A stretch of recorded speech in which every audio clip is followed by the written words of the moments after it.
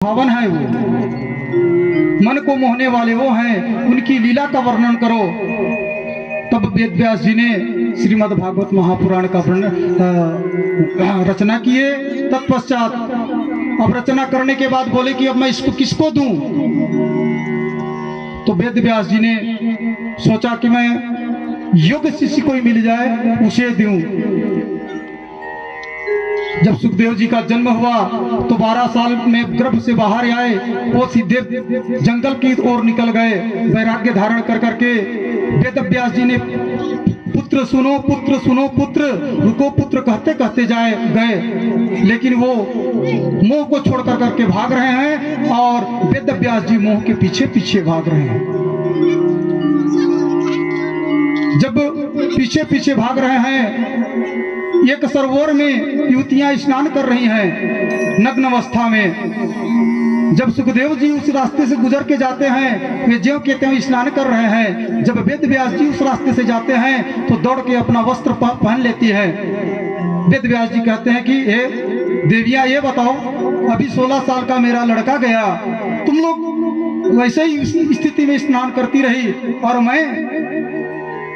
मैं जो है कि 60 साल का बुढ़ा इस रास्ता से जा रहा हूँ, मेरे को देख करके तुम लोग वस्त्र पहन रहे हो, तो मेरे में उनमें क्या अंतर तुम लोग को देखने को मिला। वो बोले कि वो जा रहे हैं ना, वो संत हैं, वो फकीर हैं, वो वैरागी हैं, उनको दुनिया से मतलब नहीं है, वो दुनिया को छोड़ के भाग रहे हैं और आप दुनिया के पीछे भाग रहे हैं, इसलिए हम लोग वस्त्रों को पहने। बोलो श्री राधा रानी सरकार की।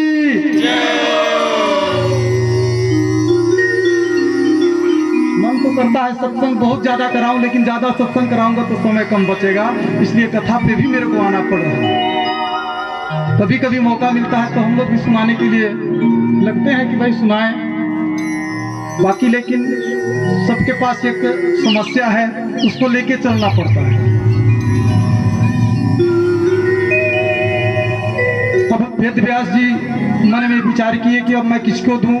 वापस से आ गए, घर में बैठे, और वो भागवत का 4 श्लोक है, उस 4 श्लोक को अपने शिष्यों को पढ़ा करके उन्होंने जंगल में भेजा, जहां पर सुखदेव मुनि जी तपस्या कर रहे थे, तप में बैठे थे। उस 4 श्लोक को जब पढ़े और 4 श्लोक को गाए तो सुखदेव मुनि जी का मन भ्रमित हो गया। कहे कि ये कौन सा ऐसा श्लोक है कि मेरा भी मन को मुग्ध कर दे रहा है। 2 श्लोक में तो इसका इतना पावर है। तो आकर करके उन शिष्यों से पूछे कि ये जो है, ये श्लोक कहाँ से तुमको प्राप्त हुआ। वेद व्यास के शिष्य लोग बोले कि हमारे गुरुदेव के पास है, अभी तो हमको 2-4 ही मिला है, उनके पास जाने से बहुत ज्यादा मिलेगा। अब वेद व्यास जी के पास सुखदेव जी गए, प्रणाम किए अपने पिताजी को, और पिताजी को बोले कि हमें श्रीमद् भागवत महापुराण सुनाइए। वेद व्यास जी बोले पहले राजा जनक के पास जाओ, वहां से तुम आना, इसके बाद मैं तुमको कथा सुनाऊंगा। जब जनक जी के पास गए तो जनक जी बोले कि तुम वहीं खड़े रहो, मेरे पास समय मिलेगा तो मैं तुमसे बात करूंगा। 3 दिन लगातार वो खड़े रहे उनके दरवाजे में, और जब जनक जी निकले बाहर तो जैसे के तैसे वो खड़े थे। कहे अब तुम शिष्य बनने के लायक हो चुके हो, अब तुम मेरा शिष्य बन सकते हो। वहां से आने के बाद फिर उनके पिताजी श्रीमद् भागवत महापुराण का ज्ञान उनको समर्पित किए, और श्रीमद् भागवत महापुराण को उन्होंने, वही श्रीमद् भागवत महापुराण राजा परीक्षित को सुनाएंगे आगे जाकर के। बोलिए श्रीमद् भागवत महापुराण की जय।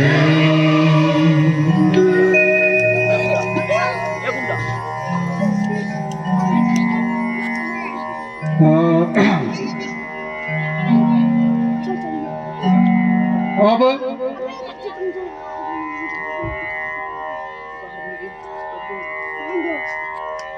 जो श्लोक था वो श्लोक क्या है उसको भी सुना देता हूं। 2 शब्द। बरहा पीड़म नटवरह वपु कर्णयो कर्णिकारकं विभद्रवासः कनक कपीशियं वैजयन्तं च मालाम् रन्धानवेणुयधर सुधया पुरयन् गोपवृन्दः वृन्दारण्यं रजपदं रमणं कवि संगीतकर्त्री। इसी श्लोक को सुने थे और इसी श्लोक से मोहित होकर करके सुखदेव जी वेद व्यास जी के पास गए थे और श्रीमद् भागवत कथा को सुनकर करके उनका मन मोहित हो गया।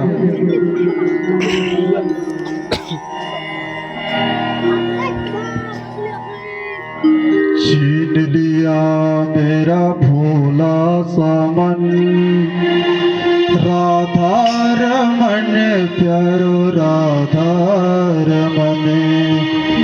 छीन लिया मेरा भोला सा मन राधा रमन नीरो राधा रमन।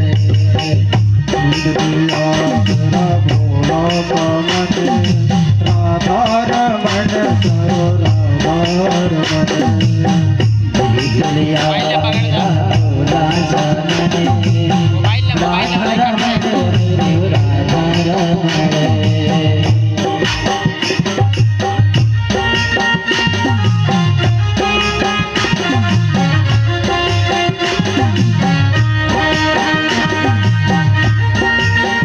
से कौन कौन प्रेम करते हैं? हाथ खड़ा कीजिए, एक बार खड़े हो जाइए, खड़े हो जाइए, खड़े हो जाइए। जो जो प्रेम करते हैं भगवान के प्रेम में थोड़ा सा झुक के नाचिए। काफी में तो बहुत नाचते हैं, भगवान के दरबार में नाचोगे तो 84 लाख योनि में नाचने की जरूरत नहीं पड़ेगा।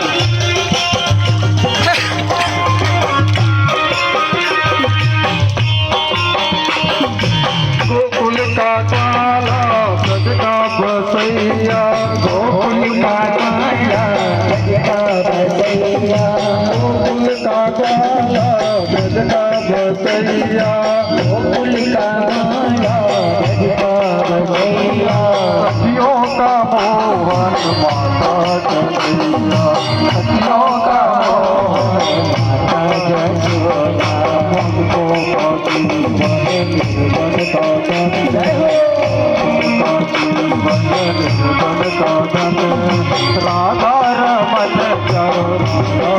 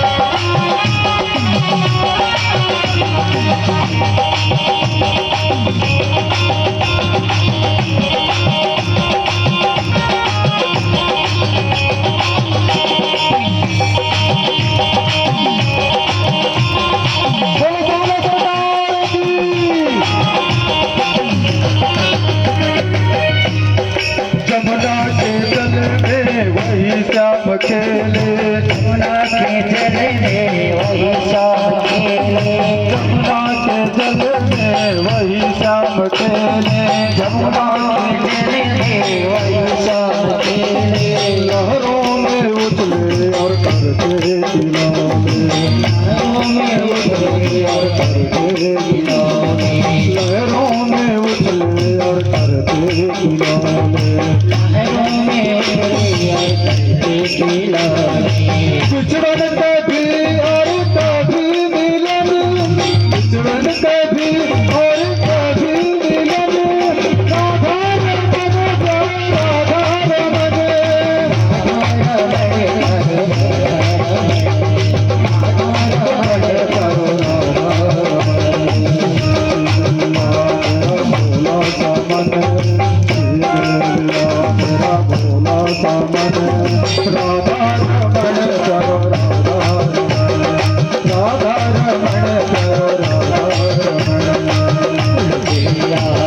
बोला सबने लुट लिया मेरो बोला सबने राजा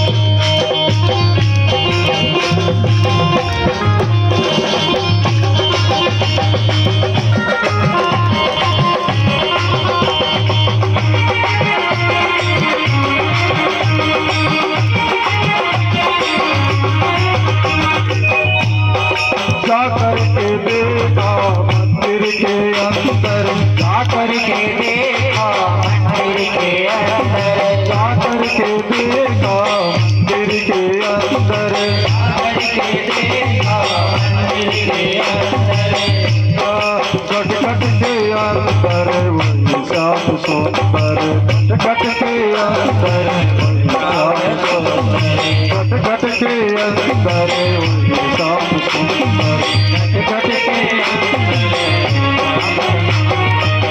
कल हाल हर कल हाल हर राधा रमण प्यारो राधा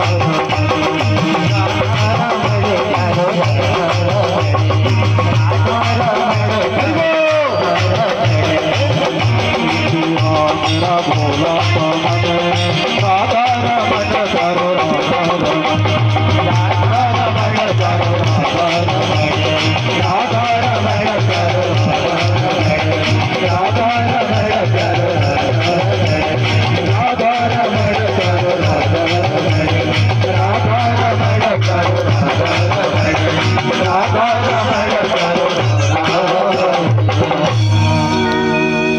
अब सुखदेव जी महाराज जी का बैठ जाइए।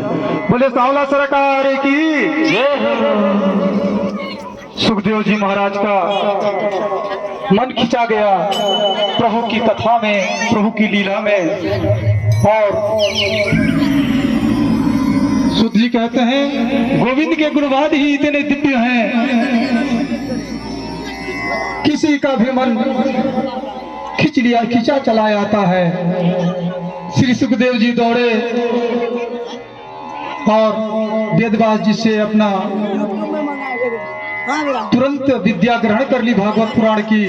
प्रसन्न हो उठे व्यास जी, वाह जिसके पीछे पीछे पुत्र करते करते मैं भाग रहा था, आज वही पुत्र मेरे पास आया है भागा भागा।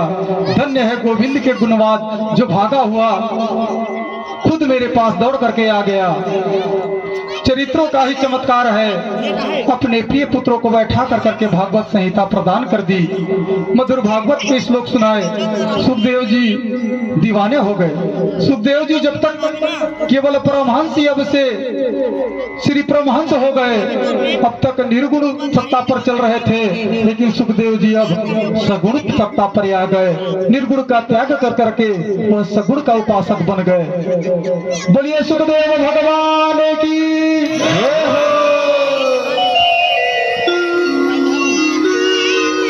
श्रीमद् भागवत संहिता को आत्मसात करने के बाद शुक्र आचार्य जी अवसर आने पर परीक्षित जी के सामने पेश दिया। देखो भाई, जैसे हम जलेबी बनवाते हैं और जलेबी को तेल से निकालने के बाद अगर तुरंत हम खाएं तो मीठा लगेगा क्या? नहीं लगेगा ना। उसके लिए क्या करना पड़ेगा? उसको शक्कर के सीरा में डुबोना पड़ेगा। जब सीरा में वो डूब जाएगा, रस पी जाएगा, तब उसको हम निकाल के खाएंगे तो हमको कैसे लगेगा? मीठा। जैसे सुखदेव जी, वेद व्यास जी श्रीमद् भागवत की रचना तो किए थे, लेकिन उस कथा में रस भरने वाले कौन है? सुखदेव जी महाराज। उनके मुख से राजा परीक्षित जी को सुनाने जा रहे हैं।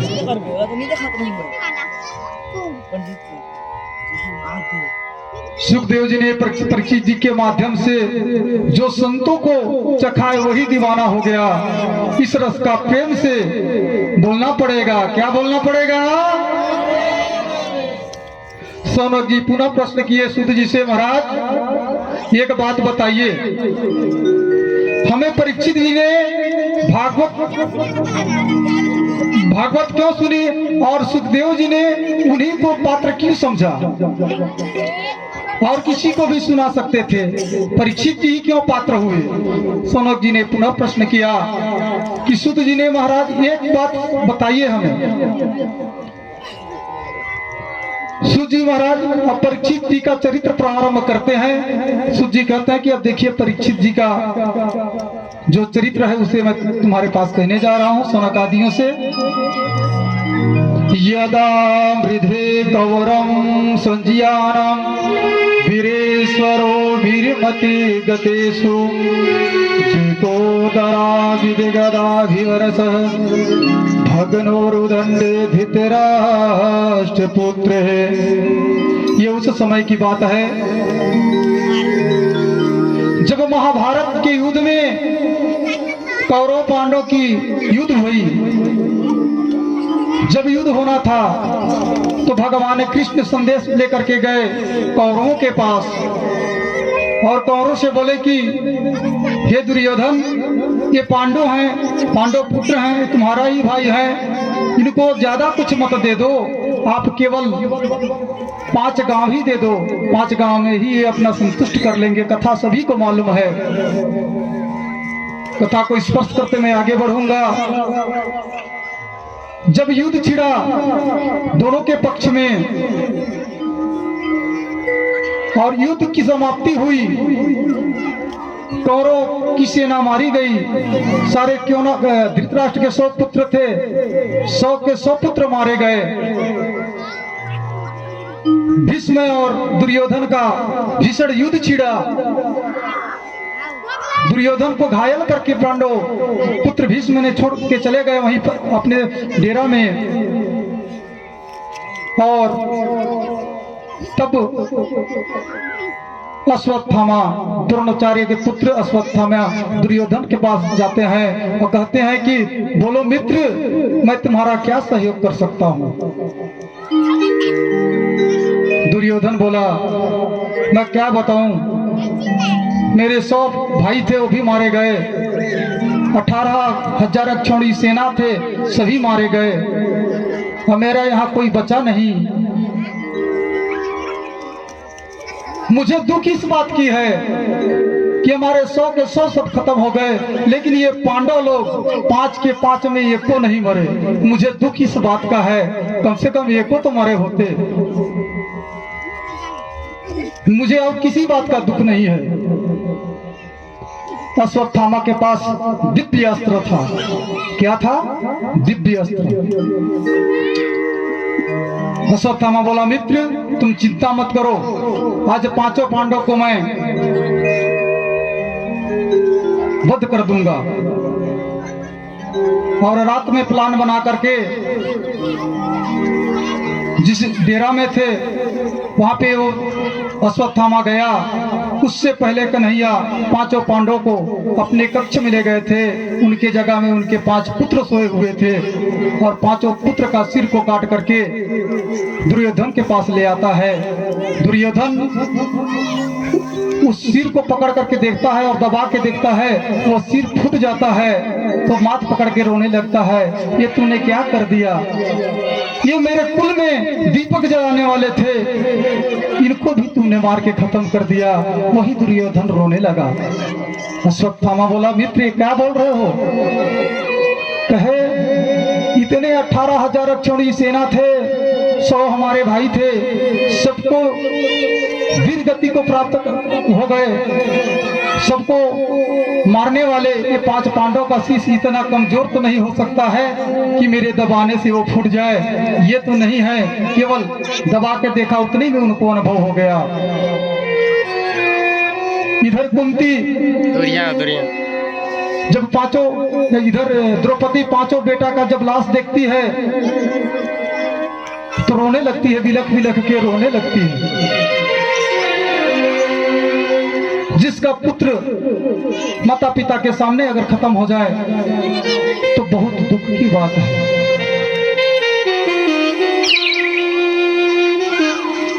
बिलक बिलक करके रो रही है। अर्जुन बोला कि हे द्रौपदी तुम रो मत। जिसने भी जो भी दुष्ट व्यक्ति ऐसा कृत्य किया है उसको मैं आज सूर्यास्त से पहले तुम्हारे पास ला करके खड़ा कर दूंगा और उसका मैं वध कर दूंगा, तुम चिंता मत करो। अर्जुन अपना सारथी को लेकर के, कन्हैया को लेकर के निकल पड़े। तत्पश्चात अश्वत्थामा को पकड़ करके ले आए, बांध करके द्रौपदी के पास खड़ा कर दिए। द्रौपदी दौड़ती दौड़ती आई और जो बंधन में बांधे थे उस बंधन को खोलने लगी। अर्जुन कहता है ये क्या कर रही हो द्रौपदी, इसने तुम्हारे 5-5 पुत्रों का वध किया है, यह हत्यारा है, इसको दंड मिलना चाहिए। द्रौपदी कहती है मेरा 5 पुत्र नहीं है, लेकिन कम से कम मेरे 5 पति तो जिंदा हैं। और ये गुरु पुत्र है जिसने तुम्हें धनुर्विद्या का ज्ञान दिया है, ये गुरु पुत्र है जिसने तुम्हें धनुर्विद्या का ज्ञान दिया है और सबसे श्रेष्ठ ज्ञान तुमको दिया है। अर्जुन को बोले अरे इसकी भी घर में वो माता है, वो माता के मन में क्या बीतेगी। एक तो उनके पति नहीं है, अब इस पुत्र के ही सहारे ये अपना जीवन जिएगी, नहीं तो बिना मारे वो मर जाएगी, इसे छोड़ दो। विकल्प निकाले कि ब्राह्मण की शिखा काट दी जाए और घर से अपमानित करके बाहर निकाल जाए तो वो ब्राह्मण मृत्यु तुल्य है। इसका यही उपाय है, ब्रह्म हत्या नहीं करना चाहिए। गुरु पुत्र चाहे गुरु से कभी भी गुरु का वध नहीं करना चाहिए, ब्राह्मण की वध नहीं करना चाहिए, गौ की वध नहीं करना चाहिए और पीपल वृक्ष को कभी नहीं काटना चाहिए। साक्षात भगवान रहते हैं, उनका श्राप जिसको लग जाता है वो जीवन में कभी सुख को प्राप्ति नहीं होती। जब इतना बात को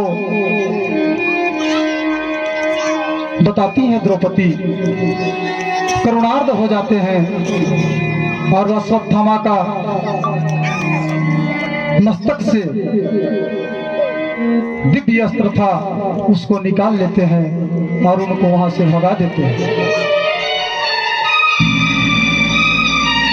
जब भगाने के बाद अश्वत्थामा को लगता है कि अगर मैं पांडवों को नहीं मार सका, लेकिन उत्तरा जो अभिमन्यु की पत्नी है उसके गर्भ में जो बच्चा पल रहा है उस बच्चा को मैं छोड़ूंगा नहीं। और वो जो अस्त्र शस्त्र था वो शस्त्र छोड़ दिया, दिव्य अस्त्र, और वो जाकर करके उत्तरा के गर्भ के पास उसके गर्भ को मारने के लिए तैयार हुआ।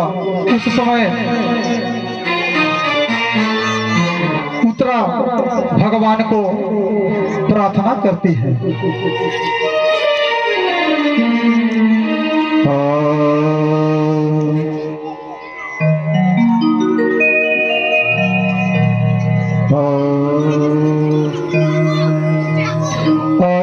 अन्यासचितं यन्त्मां योजना परिपासते तेष्णो नित्याभियुक्तानां योगक्षेमं वहाम्यहम्।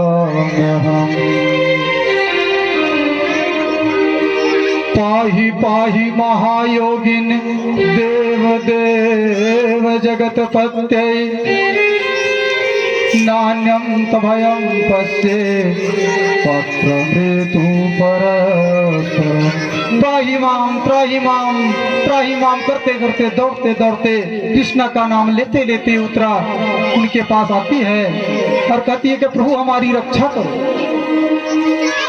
मैं संकट में हूँ, मेरी रक्षा करो। मेरी कुल की रक्षा करो।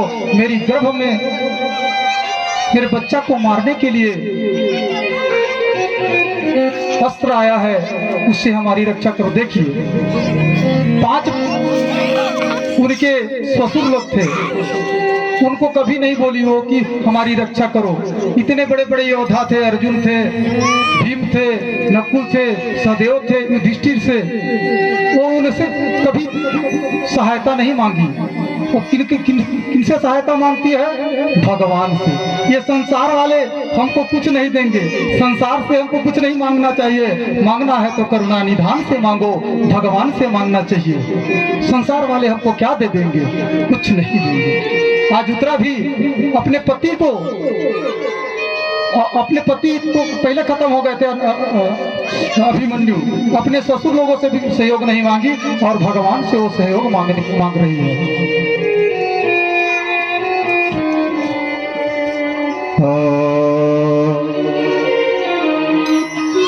मेरा कोई ना सहारा बिन तेरे, नंदलाल सवरिया मेरे। मेरा कोई न सहारा बिन तेरे, नंदलाल सवरिया मेरे। मेरा कोई ना सहारा बिन तेरे, नंदलाल सवरिया मेरे। मेरा कोई न सहारा बिन तेरे, नंदलाल सवरिया मेरे। नंदलाल सवरिया मेरे, नंदलाल सवरिया मेरे, नंदलाल सवरिया मेरे। नंदलाल सवरिया मेरे। कोई ना सहारा दिल तेरे, नंदलाल सवरिया मेरे। मेरा कोई न सहारा बिन तेरे, नंदलाल सवरिया मेरे। जय श्री राधे।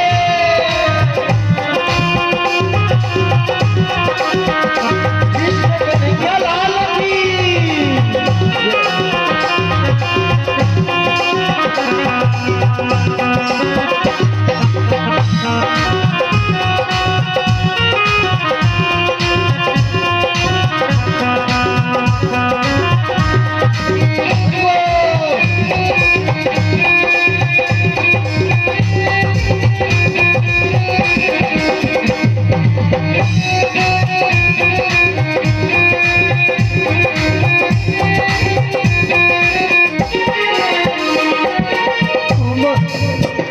तुम युग युग अंदर आए, तुम युग युग अंदर आए।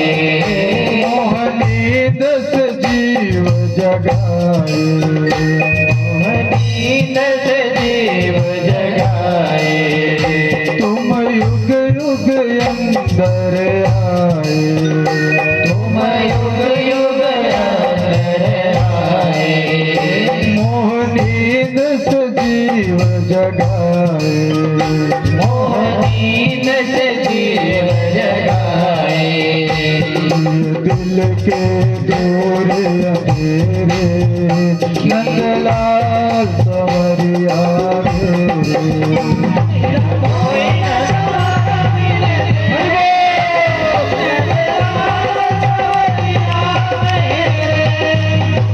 कोई न सहारा बिन ताली से हाथ ऊपर करके ताली बजाइए।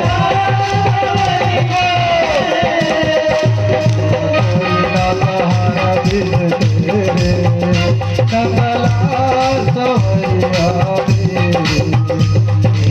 कोई न सहारा बिन तेरे, नंदलाल सवरिया मेरे।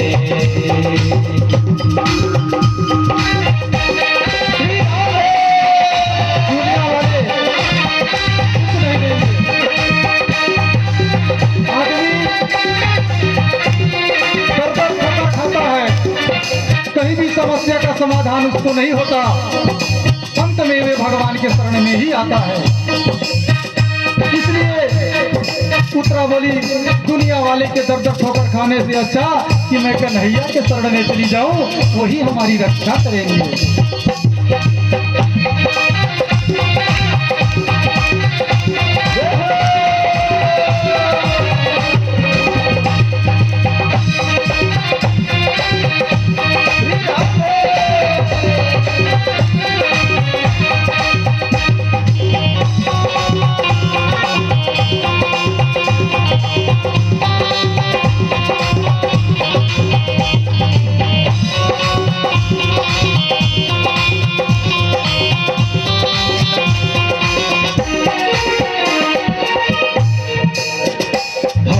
अधम जीवय अभिमानी,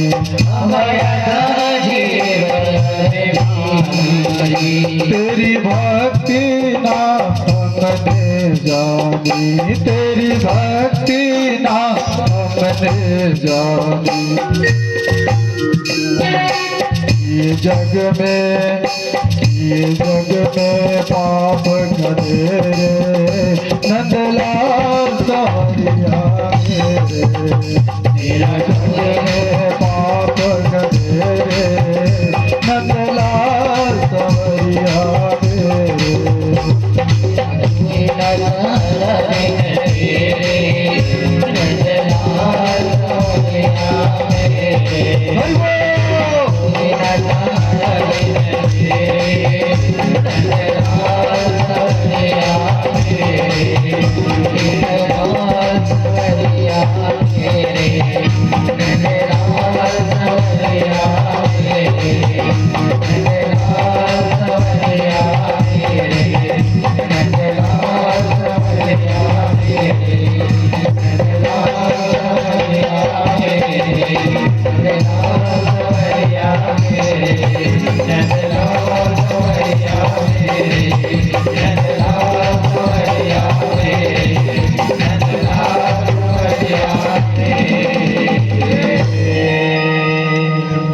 इस तरह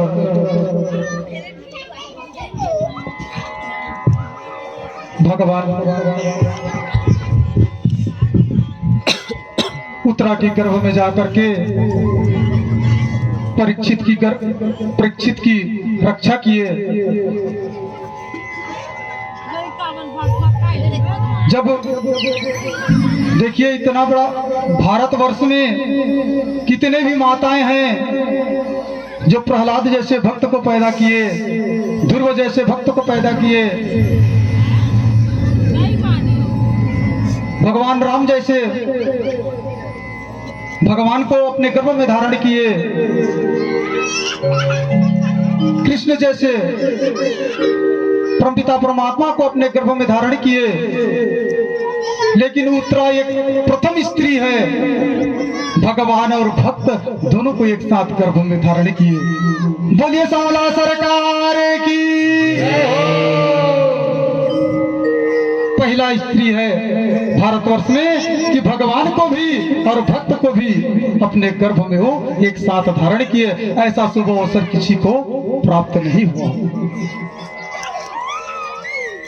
भगवान ये भारत के ही माताओं के गर्भ का चयन क्यों किए? कारण क्या है? विदेश में तो एक कोठे भगवान का जन्म नहीं हुआ है क्या? भारत में ही हुआ। विदेश में भी एक भगवान जन्म ले लिए होते। राम भारत में जन्म लिए तो अमेरिका में भगवान कृष्ण भगवान का जन्म हो गया होता, क्यों नहीं हुआ? भगवान केवल भारत के ही माताओं के गर्भ का चयन करते हैं। भारत माता की जय। जहाँ डाल डाल पे सोने की चिड़िया करती बसेरा, वो भारत देश मेरा, वो भारत देश मेरा। जहाँ डाल डाल पर सोने की चिड़िया करती बसेरा, वो भारत देश है मेरा, वो भारत देश है मेरा, वो भारत देश है मेरा, वो भारत देश है मेरा। डाल डाल पे सोने की चिड़िया करती बसेरा। ओ भारत देश मेरा, ओ भारत देश मेरा, ओ भारत देश मेरा, ओ भारत देश मेरा। जहाँ डाल डाल पर सोने की चिड़िया करती है बसेरा। ओ भारत देश है मेरा, ओ भारत देश है मेरा, ओ भारत देश है मेरा, ओ भारत देश है मेरा। बोलिए भारत माता की जय हो। बोलिएगा मेरे साथ, अन्न जहाँ का हमने खाया। बोलिए, अन्न जहाँ का हमने खाया, वस्त्र जहाँ के हमने पहने, वह है प्यारा देश हमारा। कौन सा देश है? भारत। बोलिए भारत माता की जय हो। और भारत में जितने माताएं हैं उनका भी एक बार जयकार होना चाहिए, क्योंकि भारत की माताओं की गर्भ की चयन हमारे कन्हैया, हमारे प्रभु रामचंद्र जी है। भारत के माताओं की जय हो। इस तरह गर्भ में रक्षा किए भगवान। अब भगवान कहने लगे कि हे कुंती, अब मैं जा रहा हूँ द्वारिका। अब तुम लोग का युद्ध भी समाप्त हो गया, अब सब कुशल हो।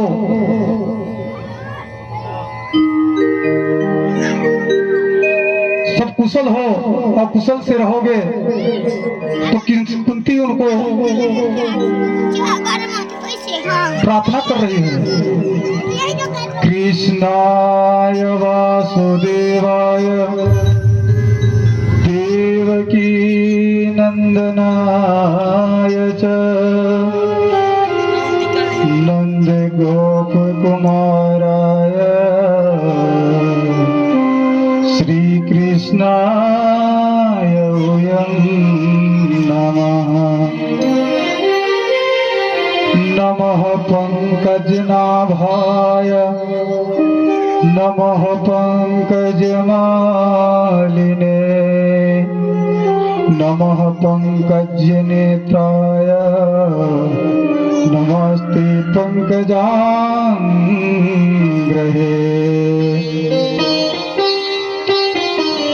कहे, हे वासुदेव पुत्र, हे देवकी नंदन, हे नंद गोप कुमार, आपको मेरा बारंबार प्रणाम है, बारंबार प्रणाम है।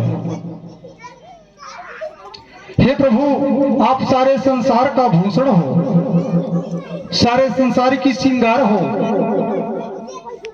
सारा संसार रहे और राम का नाम ना रहे तो कैसा रहेगा संसार? राम के नाम बिना रहेगा संसार नहीं रहने वाला। नक्षत्र भूषण चंद्र नारीणाम भूषणम पति, सर्वस्व भूषणम जगतपति। नक्षत्र का भूषण क्या है? चंद्र। चंद्रमा ना रहे तो तारे तारा रहेगा तो काम चलेगा क्या? नहीं चलेगा। तो नक्षत्र का आभूषण चंद्र है। नारी नाम भूषणम पति, और नारी का आभूषण उसका पति है। जिसका पति नहीं है उसका फिर आभूषण वहीं से उतर जाता है। मांग की सिंदूर उतर जाती है, हाथ की चूड़ी उतर जाती है और श्वेत वस्त्र उनको प्रदान कर दिया जाता है। लेकिन सर्वस्व आभूषण जगतपति, सबका आभूषण कौन है? परमपिता परमात्मा। भगवान बोले, बुआ जी मैं जो भी हूँ बाद में हूँ, लेकिन पहले भक्त का दास हूँ। जो कुछ भी हूँ मैं बाद में हूँ, लेकिन मैं भले पहले भक्त का दास हूँ। अहम भक्ति पराधीनो हा स्वतंत्र द्विजः। युधिष्ठिर महाराज जी ने श्री कृष्ण भगवान को कुछ दिन और रोक लेते हैं। सुत जी कहने लगे, ऋषियों, युधिष्ठिर महाराज ने राज्य तो प्राप्त कर लिया, परंतु मन में उनका एक ग्लानि है, अशांत था। सोचते हैं कि इस महाभारत के युद्ध में 18 अक्षौणी सेना, 1 अक्षौणी 21,870 रथ, 21,870 हाथी, 1,09,350 सैनिक, 65,610 घोड़े मारे गए। इस कष्ट से व्यथित महाराज युधिष्ठिर और पांडव श्री कृष्ण के साथ भीष्म पितामह के पास उपदेश राजनीति शिक्षा लेने के लिए जाते हैं कि भीष्म पितामह अभी जीवित हैं, उनसे जाकर के कुछ राजनीति का हमें शिक्षा ले लेना चाहिए।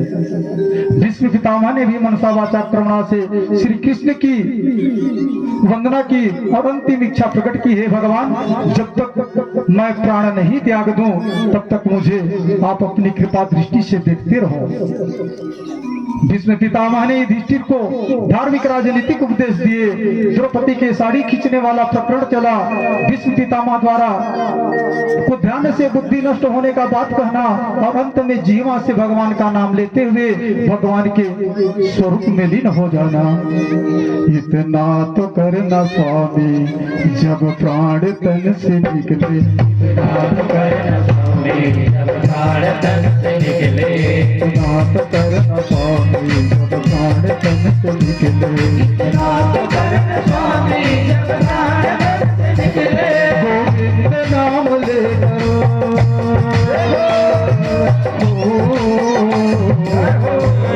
गोविंद नाम लेकर मेरे प्राण तन से निकले, इतना तो करना स्वामी जब प्राण तन से निकले, इतना तो करना स्वामी जब प्राण तन से निकले।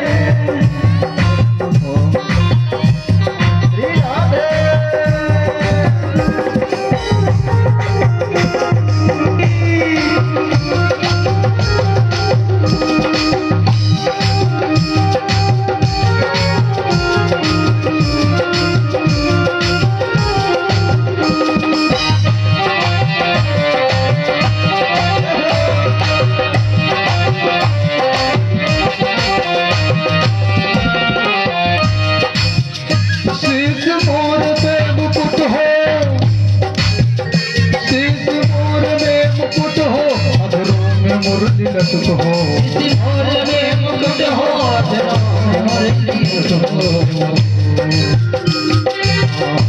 मेरा सांवरा निकट हो जब प्राण तन से निकले, मेरा सांवरा निकट हो जब प्राण तन से निकले, मेरा सांवरा निकट हो जब प्राण तन से निकले, मेरा सांवरा निकट हो जब प्राण तन से निकले।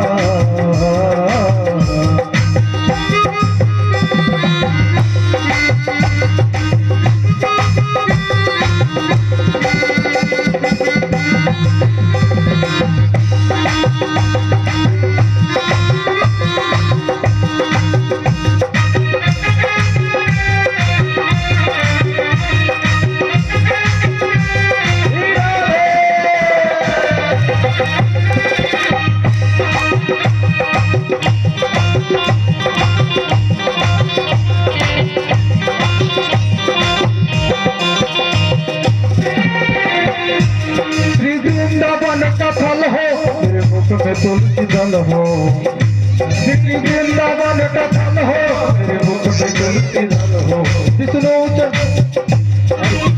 चरण का जल हो जब प्राण तन से निकले, विष्णु चरण का जल हो जब प्राण तन से निकले, इतना तो करना स्वामी जब प्राण तन से निकले, इतना तो करना स्वामी जब प्राण तन से निकले। गोविंद नाम लेकर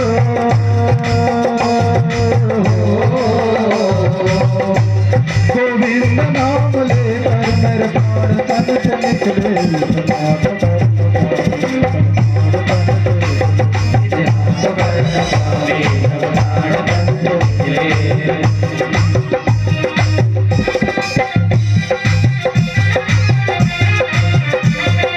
हरि बोल।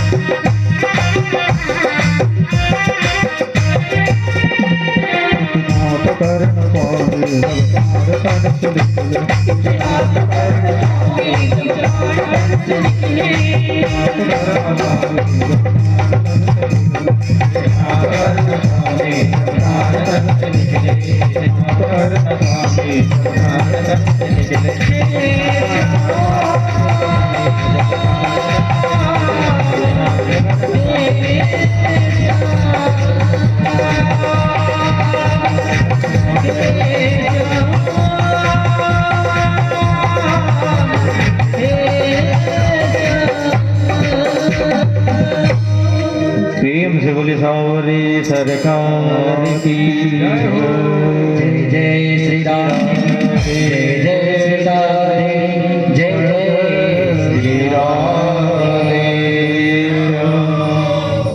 जब परीक्षित का जन्म हुआ,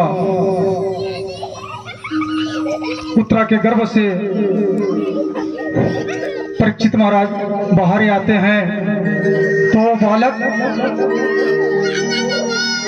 गोद में, जो भी व्यक्ति गोद में लेता था उसको, उस व्यक्ति को देखता रहता था टक टक करके, आंख से निगाह लड़ा के देखते रहता था कि कहीं वो मेरे गर्भ में मेरे को रक्षा करने गए थे वही चतुर्भुज भगवान तो नहीं है।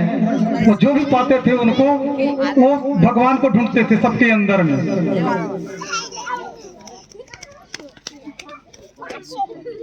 धीरे धीरे परीक्षित जी बड़ा हुए और पांडवों का स्वर्गारोहण हुआ, वे स्वर्ग में चले गए। राजा परीक्षित को राज्य पाठ देकर करके राजा परीक्षित के द्वारा कलियुग का दमन। एक दिन परीक्षित आखेट खेलने के लिए जंगल की ओर गया और अपने साथियों से बिछड़ गए। बिछड़ जाने के बाद समीक ऋषि के आश्रम में पहुंचे। समीक ऋषि ध्यान में बैठे थे, उनसे पानी मांगे कि एक गिलास पानी तो दे दो। वो संत साधना में बैठे थे, उन्होंने ध्यान नहीं दिए, तपस्या में मग्न थे। वहीं मरा हुआ एक सर्प था, उस सर्प को उनके गले में डाल दिए और वहां से राजा परीक्षित चलते बने। और वहां कोई एक बालक खेल रहा था। वह बालक उनके पुत्र श्रृंगी ऋषि को जाकर के बता देता है कि तुम्हारे पिता के ऊपर एक मरा हुआ सांप कोई राजा रख करके चला गया। और वही जल उठा करके श्रृंगी ऋषि राजा परीक्षित को श्राप दे देते हैं कि आज से 7वां दिन जो भी मेरे पिताजी के ऊपर में सर्प मरा हुआ डाला है उसकी मृत्यु आएगी। और जब श्रृंगी ऋषि सामने आता है घर में तो पिताजी को के गले में सर्प देखता है तो कहता है कि पिताजी ये क्या अन्याय हो गया, मैं उसको श्राप दे दिया हूँ। जो भी आपके गले में सर्प मरे हुआ सर्प को डाला है उसकी 7 दिन में मृत्यु हो जाएगी। जब ध्यान लगा कर करके समीक ऋषि देखे तो वो कोई दूसरा नहीं थे, वो राजा परीक्षित थे। बोले बेटा ये तुमने क्या कर दिया, श्राप क्यों दे दिया तुमने? एक तो गर्भ में इसकी रक्षा भगवान कन्हैया ने स्वयं किए थे और इनके जैसे राजा हमको फिर कभी मिलने वाला नहीं है। उनको श्राप देकर करके तो बहुत गलत किए हो।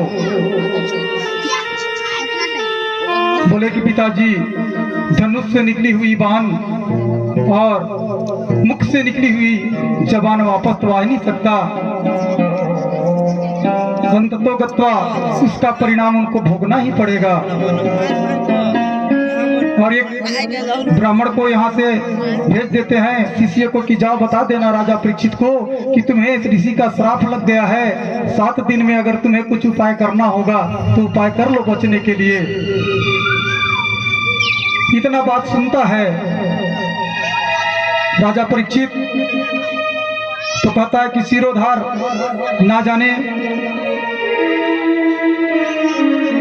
कारण क्या था।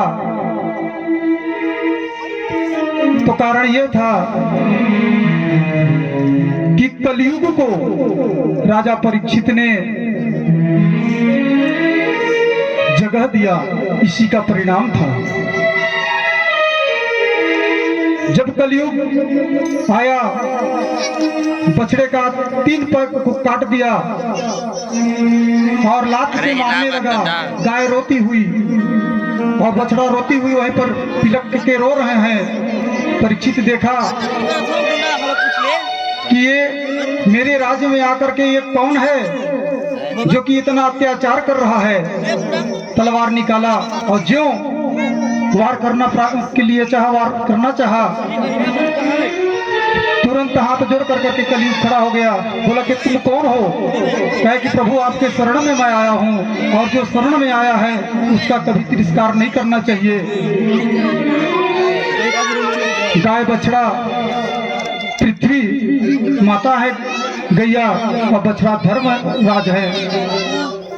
तो बोले कि मेरे को यहाँ रहने के लिए कोई स्थान चाहिए। तो राजा परीक्षित बोलते हैं कि देखो 4 जगह तुमको मैं दे रहा हूँ, और उस जगह में तुम सदैव निवास करना। कहाँ कहाँ कलयुग का निवास रहता है, ध्यान से सुनिएगा थोड़ा। जहाँ पर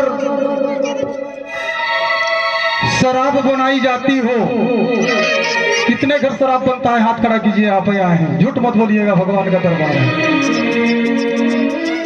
कौन कौन दारू बनाते हैं, शराब बनाते हैं? नहीं बनाते हैं ना? बोलिए राधे राधे राधे राधे। बहुत सुंदर। शराब नहीं बनाना चाहिए, क्योंकि जिस घर में शराब बिकता है उस घर में कलयुग का वास रहता है। और दूसरा, जहां जुआ खेला जाता है, जहां पे जुआ होता है ना, वहां कलयुग का वास होता है। क्योंकि वहां जुआ होता है, वहां शराबी भी रहते हैं, और जुआ में कोई व्यक्ति ज्यादा जीत जाता है तो उसका मर्डर भी हो जाता है। पेपर में पढ़े होंगे आप लोग, होता है ना, मार के खत्म कर देते हैं। तो कलयुग का निवास वहां भी होता है। और एक जगह और होता है जहां वैश्यालय, स्त्रियों का देह का व्यापार जहां होता है, वहां कलयुग का वास होता है। और एक जगह है और दिए सोना।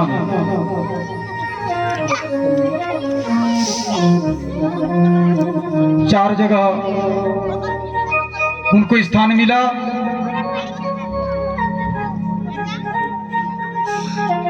चार जगह स्थान मिला और घर में गए थे। परीक्षित जी शीश में मुकुट को धारण किए निकले थे, उनका बुद्धि भ्रष्ट हो गया, कलयुग उनके सिर पर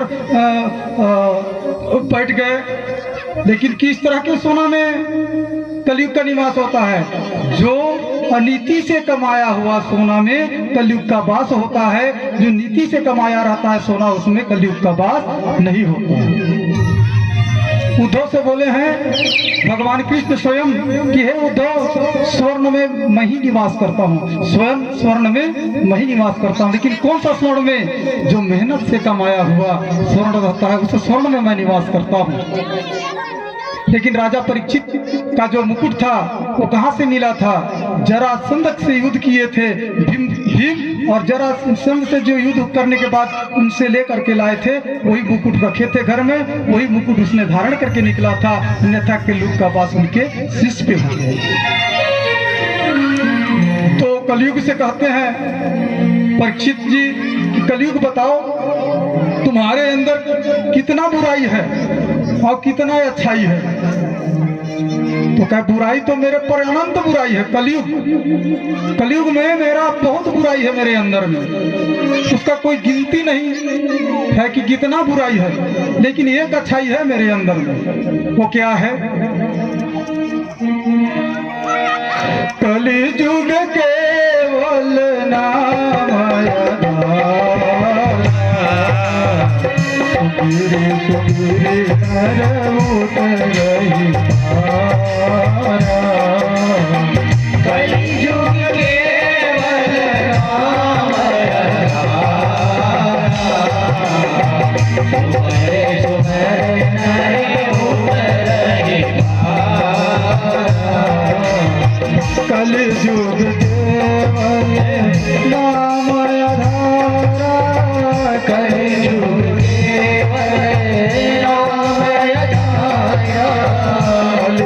कलियुग केवल नाम आधारा, कलियुग केवल नाम आधारा, सुमेरे सुमेरे नर उतर ही पारा, सुमर सुमर उदय पारा, साधन धाम मोक्ष कर पारा, पाई नजरी परलोक सिधारा, साधन धाम मोक्ष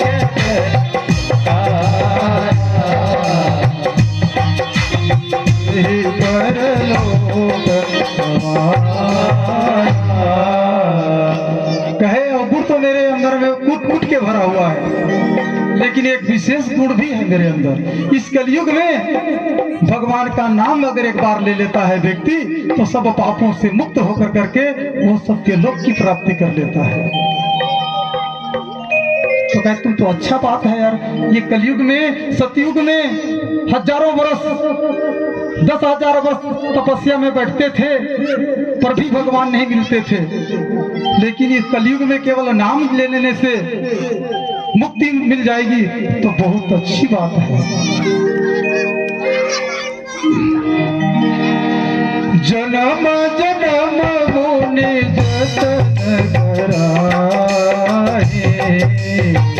अंतराम दुआवत नाहि, जन्म जन्म मुनि जतन कराहे, राम दुआवत नाहि। जन्म जन्म साधु महात्मा तपस्या करने के बाद भी अंत समय में राम का नाम उनको नहीं आता है। तो राम का नाम हमें सोते बैठते जागते हर समय भगवान का नाम लेते रहना चाहिए। गांव में एक बहुत बड़ा मूर्ख आदमी था, एक दृष्टांत है, कथा थोड़ा चलेगी लंबा। बहुत बड़ा मूर्ख आदमी था, उसको बोलते थे यार यार राम तो बोलो तुम, तो बोले कि मैं हम राम नहीं बोलेंगे। वो राम बोलबे नहीं करता था, वो बोलबे नहीं करता था राम। तो कहा बोलो भाई,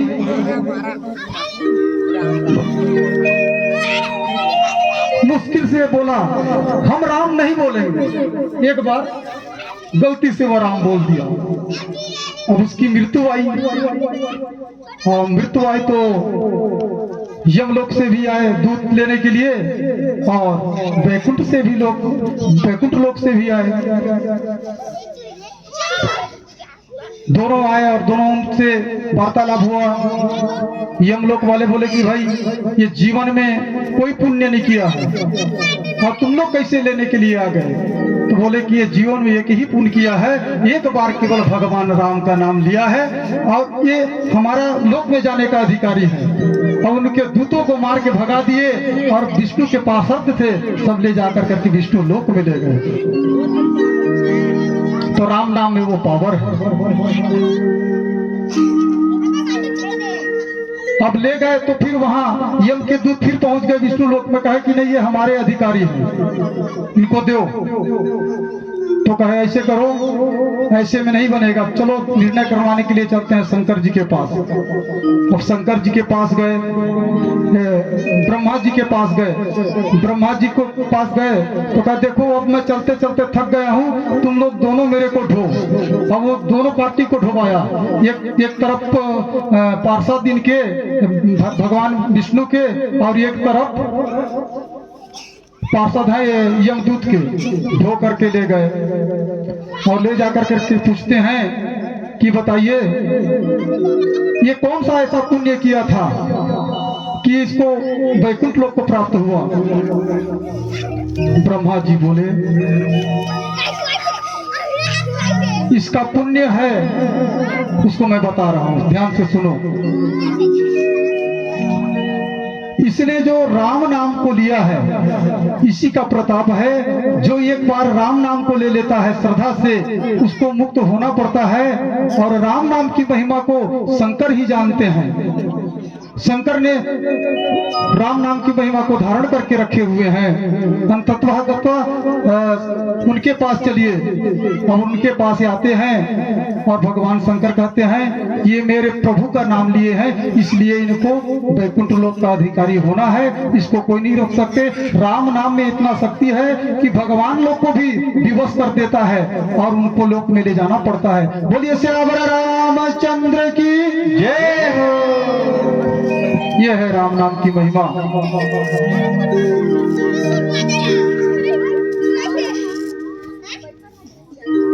और परीक्षित को श्राप लगा। परीक्षित जाकर करके गंगा के तट पर बैठ जाते हैं और सभी सभी देवता आ जाते हैं वहां पर, ऋषिगण सभी आ जाते हैं और उनको कहते हैं कि आपके लिए हम कुछ कर सकते हैं तो बताइए राजन। तो बोले कि अब मैं तो 7 दिन में मेरा प्राण जाने ही वाला है, अब मैं तो बचूंगा नहीं।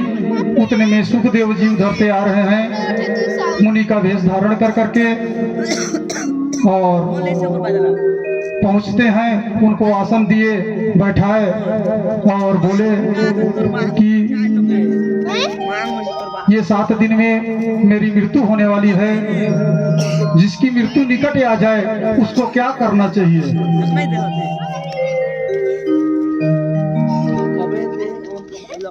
पूछते हैं अतः पृच्छामि संसिद्ध्यं योगिनां परमं गुरुं पुरुषस्ते हम यत् कार्यं प्रियमाणस्य सर्वदा। आप सब योगियों के गुरु हैं, मैं आपसे यह पूछता हूँ कि जिसका मरणासन आ जाए उसको क्या करना चाहिए। तो कहे जिसका मरणासन आ जाए ना वो भगवान के शरण में हो जाए। ऐसे मरने के लिए तो हर व्यक्ति मरता है और 7 दिन के ही अंदर मरता है। 7 दिन के अंदर आदमी का जन्म होता है और 7 दिन के अंदर मनुष्य का मृत्यु हो जाता है। कहे राजन तुम्हारा तो निश्चित है कि 7 दिन के अंदर मृत्यु हो जाएगा, लेकिन राजा नृग था, वो इतना बड़ा बलशाली था, इतना बड़ा योद्धा था, देवताओं के पक्ष में लड़ करके राक्षसों के साथ दैत्यों के साथ युद्ध किए थे और देवताओं को विजय प्राप्त करवाए थे।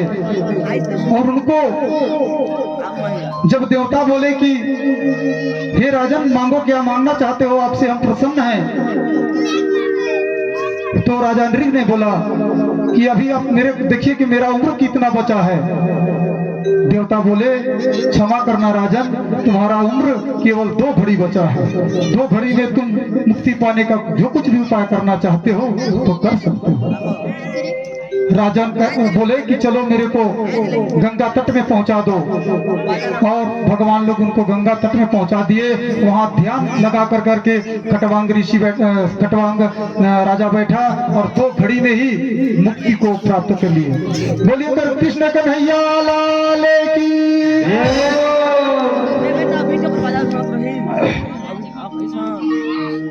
अब आगे सुख जाओ, द्वितीय स्कंद है। सुख जी कहते हैं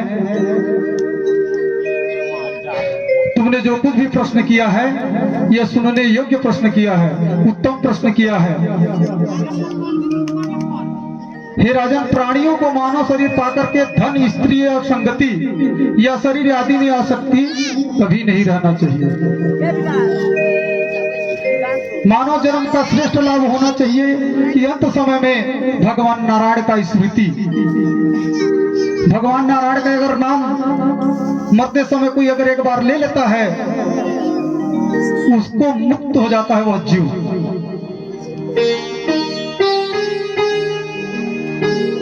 भगवान की लीलाओं का स्मरण कीर्तन इस नश्वर शरीर का पुनित कर्तव्य है।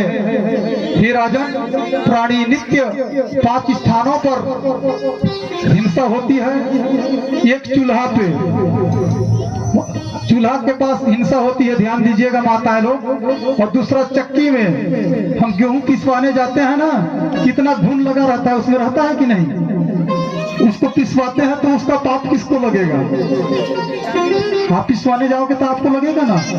और चूल्हा में कितने कीटाणु रहते हैं, वो सब आग जलाते हो, लकड़ी में भी रहते हैं कीड़ा, वो भी मरते हैं कि नहीं? तो नित्य रोज दिन मनुष्य के साथ पाप होता है। कितना पाप? 5 पाप, एक चूल्हा में और एक चक्की में और तीसरा जल के स्थान पर और चौथा ओखली जहाँ धान कुटते हो वहां और 5वां झाड़ू पे। 5 जगह पाप होता है। परंतु प्राणी इन बातों पर कम ध्यान देते हैं। अधिकतर मनुष्य तो आहार निद्रा भय मैथुन च सामान्य में तत्पशु नाम, आहार निद्रा भय मैथुन इतने ही नहीं वो भूला रहता है। पशु विहार करने में वो तुला रहता है। हे परिवार के मोह में फंस कर करके धनोपार्जन के लिए निंदनीय कर्मों को करता है। आज तो कोई अपना जात को भी नहीं समझ रहा है। जो व्यक्ति को नहीं करना चाहिए वह कार्य किया जा रहा है। मेरे पड़ोसी में एक लड़का मुर्गा काटने का दुकान खोल लिया है और जिस दिन वो मुर्गा का दुकान खोला उस दिन से मेरे यहाँ आना जाना बंद कर दिया। मैं उसको कुछ नहीं बोला। धंधा कर रहे हो, बिजनेस कर रहे हो, तुम्हारा पेट के लिए कर रहे हो, पाप तुम ढो रहे हो, मेरे को क्या लगना है। लेकिन मंदिर के सामने कोई जाकर के बकरा काटे तो तकलीफ तो भगवान को होगा ही। हम भगवान भले ना कहे लेकिन भगवान को तो तकलीफ होगा ही। वो जान गया कि मैं ये कार्य कर रहा हूं तो महाराज दुखी होंगे, है ना। वो नहीं जाता था, आज भी खुल के नहीं जाता है। 5-7 दिन के बाद एक पड़ोसी से उसका लड़ाई हो गया तो फिर वो आया मेरे तरफ। मैं कहा ठीक है, मैं कुछ नहीं बोला। मैं कहा ये अच्छा तो तुम नहीं कर रहे हो, धंधा करने के लिए तो कितनी धंधा है, लेकिन मेरे दरवाजे में जब तुम मुर्गा काटने का दुकान लगा दिए तो फिर मेरा महत्व वहां तुम गिरा दिए। अपने पड़ोसी के आदमी को महाराज सिखा नहीं सका और दुनिया भर जाकर के भागवत कथा करता है तो महाराज कैसा महाराज है कि नहीं। लोग यही ना सोचेंगे, मेरे चेला लोग जाएंगे, जजमान लोग जाएंगे, मेरे दरवाजा में कोई अगर जीव हत्या कर रहा है तो बड़ा तकलीफ की बात है। मैं कहा वही है वही जो राम रची रखा, जो जैसा कर्म करेगा उसका फल को वो भोगेगा। तो आप लोग से भी 5 पाप सदैव होता रहता है, तो उस 5 पाप से बचने के लिए क्या करना चाहिए? जब चूल्हा से भोजन बनाते हैं ना तो उस चूल्हा में 5 बार आहुति देना चाहिए। भोजन भगवान को भोग लगाना चाहिए, अग्निदेव को। इसमें तुम्हारा पाप का रोज समन होता रहेगा। रोज पाप होता है तो रोज पाप काटोगे तब तो, है ना। अब जीवन भर आदमी पाप किया है और एक दिन सत्यनारायण कथा सुनेगा और कहेगा कि मैं सत्यनारायण कथा सुन लिया, मेरा सब पाप कट गया। गलत बात है। एक दिन के सत्यनारायण कथा सुनने से सब पाप नहीं कटने वाला है। कहाँ कटेगा? निरंतर भगवान का पाप करते हो तो निरंतर पुण्य भी करो। पाप कमा रहे हो तो पुण्य कमाओगे तब तो पाप की संख्या घटेगी। और जगह हम पुण्य कर रहे हैं और पाप कर रहे हैं, पुण्य नहीं कर रहे हैं, तो पाप की संख्या बढ़ते ना जाएगी। तो पाप को घटाने के लिए पुण्य करना पड़ेगा। आगे अमर कथा है, भगवान भोलेनाथ कैलाश पर्वत पर सती पार्वती को अमर कथा सुना रहे हैं। शिव सुनाने लगे, आश्रम में शंख ध्वनि करके निर्जन कर दिया। एक अंडा पड़ा रहा वहां पर। क्या था? एक अंडा पड़ा था। वह अंडा अमर कथा को सुन लिया। अब जब पार्वती सो गई तो अंडा फूट गया और वहीं से हूं हूं करना चालू कर दिया, हुंकारी भरना चालू कर दिया। जब देखे शंकर जी कि पार्वती सोई है तो हुंकारी कौन भरता है, तो देखे कि वो चिड़िया है। वो उसको मारने के लिए दौड़े त्रिशूल लेकर करके, और वही अंडा जाकर करके व्यास जी के पत्नी उनके मुख में घुस गए और वही जाकर के भगवान शंकर जी स्वयं जाकर के घुसे। सुखदेव जी कौन है? स्वयं शंकर जी हैं। बोलिए शंकर भगवान की।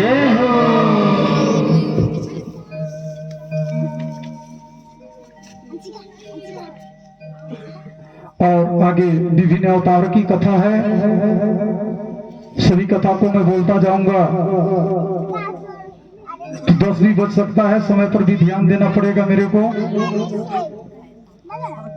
आगे विदुर उचाव, सुखदेव जी का उचाव है, दुर्योधन का स्वभाव है, बाकी कथा